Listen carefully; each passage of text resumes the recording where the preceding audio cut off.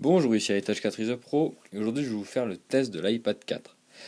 Alors, tout d'abord, vous avez iOS 6 dessus, vous avez Siri, tout ça, vous avez toutes les fonctions que vous avez sur l'iPad 3.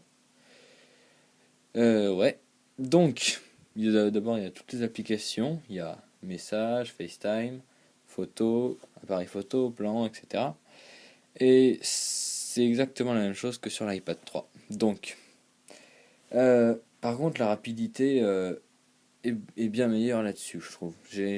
Quand même, je trouve que c'est bien plus rapide sur l'iPad 4. D'ailleurs, je ferai un petit test entre les deux pour voir qui est le plus rapide.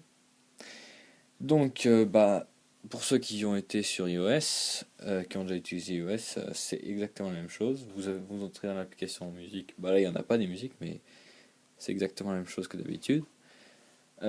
Ensuite, l'application plan, je trouve qu'elle est un peu plus rapide que d'habitude. Donc, par exemple, on va aller sur Lyon, c'est en 3D. Ou non, Big Ben, tiens. Big Ben, ça charge. Voilà, c'est assez rapide, hein, franchement.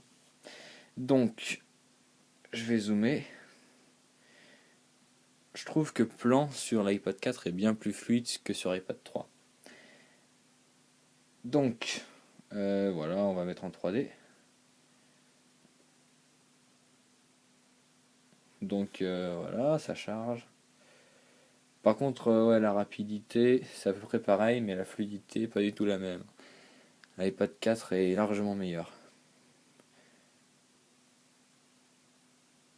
Donc voilà, par exemple, vous avez Big Ben en 3D, bah ça c'est. Vous avez ça, c'est cette option sur l'iPhone 5, l'iPod Touch 5, l'iPad 3, l'iPad 4. Je sais pas s'il y a l'iPad 2, mais voilà. Donc voilà, le plan, c'est normal. Ensuite, l'application appareil photo, c'est pareil, hein. C'est le même capteur que sur l'iPad 3, sauf devant. On va faire un petit truc. Voilà, moi je trouve que c'est bien plus fluide. Plus fluide, non, bien plus net. Voilà, je suis en train de filmer avec mon iPad 3, parce qu'au moins il y a la smart cover qui tient. Donc voilà, maintenant c'est rendu bien plus net, la caméra avant. Donc pour les appels FaceTime, c'est pas mal. Donc, ensuite vous avez l'application, par exemple Safari, qui est très rapide, très fluide, hein, comme d'habitude. Ensuite, compte Google, bon, ça on va pas aller voir. Par exemple, on va rechercher YouTube. C'est très très rapide. Bah, c'est sûr que la puce 6X, elle se ressent, hein. C'est vraiment très rapide. Donc voilà, vous connaissez Safari, je pense. Ensuite, l'application vidéo, c'est comme d'habitude, hein. Mais bon, par contre, j'ai pas de vidéo. Ensuite, l'application horloge, ça, il n'y a que sur iPad, hein. Ça, vous devez connaître ceux qui ont des iPads. Par exemple, ça fait une horloge comme ça.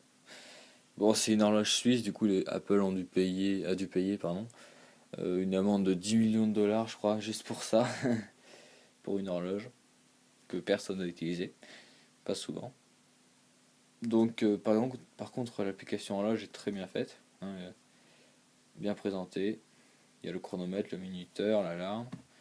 Moi, j'ai déjà fait un test de cette application sur l'iPad 3. Je vais faire un petit. Voilà. Donc voilà. Ceux qui connaissent cette application doivent. Enfin, connaissent, voilà.